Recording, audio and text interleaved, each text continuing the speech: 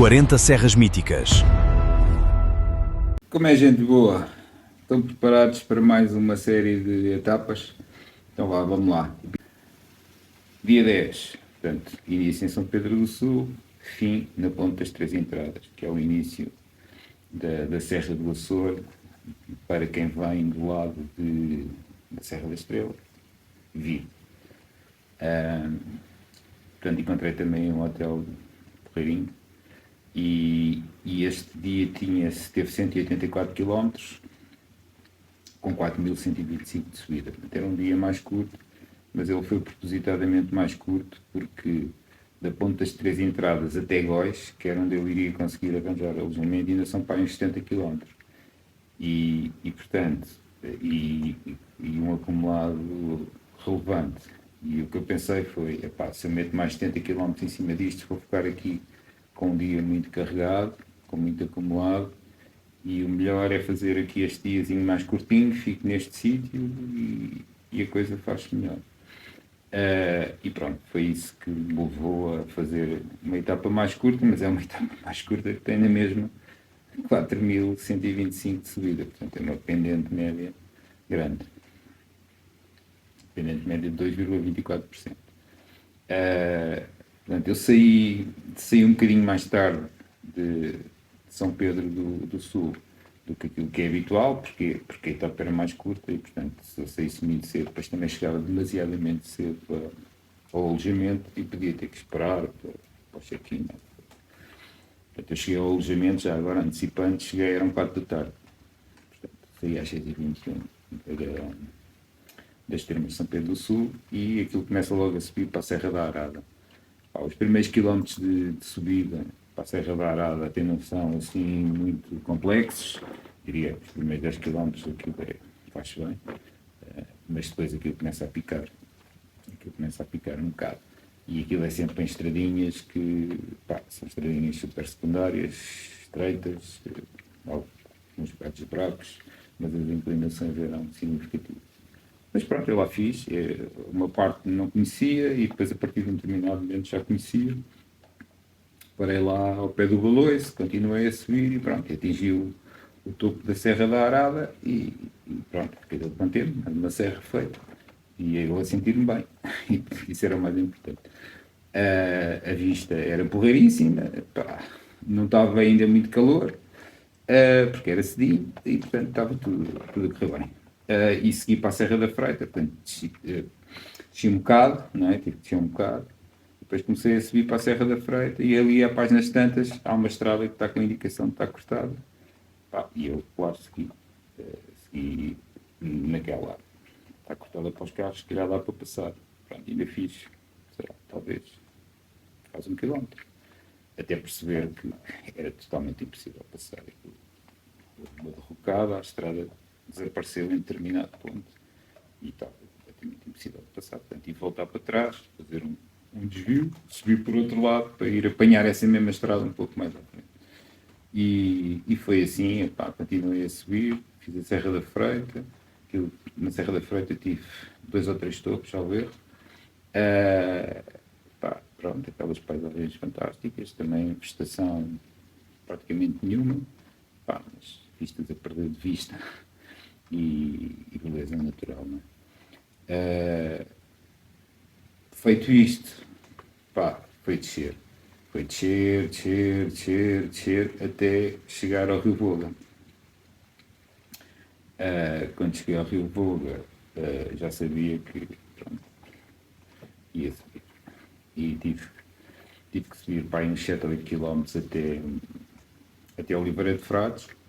Essa subidinha tinha ali umas partes que também tinha alguma inclinação. Mas foi engraçado porque estava a haver uma prova de BTT ali em Oliveira de Frades e então apanhei uma série de ciclistas de BTT que estavam a fazer um bocado do troço de estrada da subida para depois entrarem em trilhos e ainda fui ali um bocado na palheta com alguns. Mas pronto, cheguei a Oliveira de Frades e parei, mesmo já à saída de Oliveira de Frades, no Intermarché e fiz a minha primeira paragem do dia, Milão. E recuperei ali um bocado, porque o que vinha a seguir era o Caramulo e a Serra do Caramulo tinha uma vela caramelada para se fazer. Portanto, eu tinha no plano tinha 2 picos, que era o pico principal de quem vem de norte e aborda o Caramulo, não é? Que sai cá em cima ao pé do bosque, do topo é ao pé do bosque e depois desce um bocadinho mesmo para a povoação. Depois tinha também marcado o topo do parapente, que era num lado oposto, tinha que lá ir e depois voltar para trás.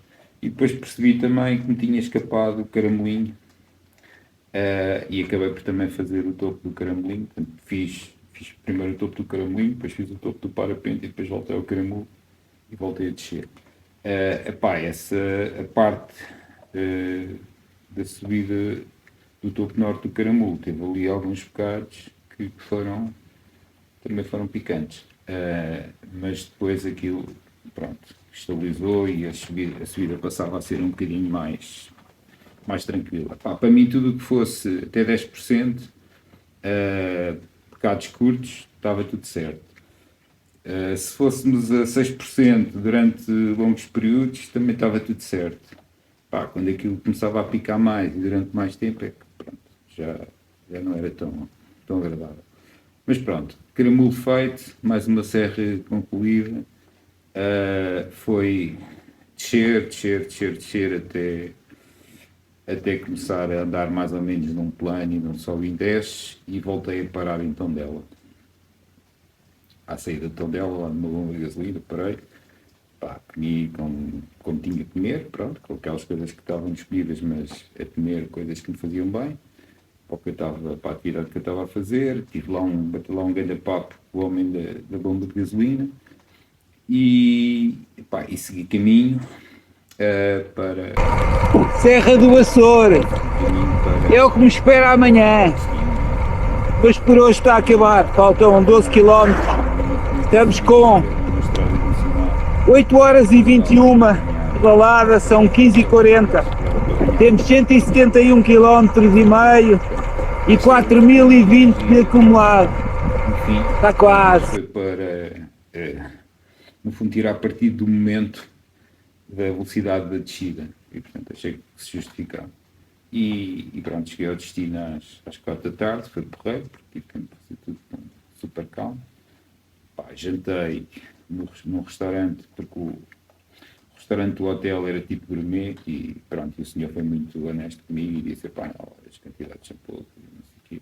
E só havia um restaurante aberto, era domingo, só havia um restaurante aberto ali na ponta das 3 entradas. E era um restaurante, aqueles restaurantes típicos daqueles sítios, não é? Que não são grandes coisas, mas a comida era muito boa. E eu atestei bem, e trouxe ainda um carrego de coisas para o quarto, que continuei a comer, e algumas ainda depois levei para os dias a seguir. E foi isto, ficaram feitos estes 4 dias, arrumadas 33 serras, não é?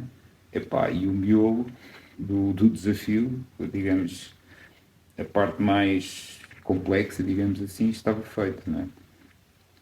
Tinha feito 20 mil metros de subida acumulada em 4 dias, já com o cansaço todo que trazia de trás.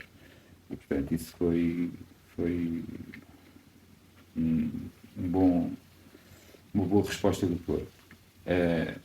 No próximo episódio vamos entrar nas últimas 4 etapas, que no fundo ainda tem aqui uma componente de dureza, principalmente a etapa 10 a 11, etapa 11. A etapa 11 ainda tem aqui uma componente de dureza, e a etapa 12 no início, por causa das subidas.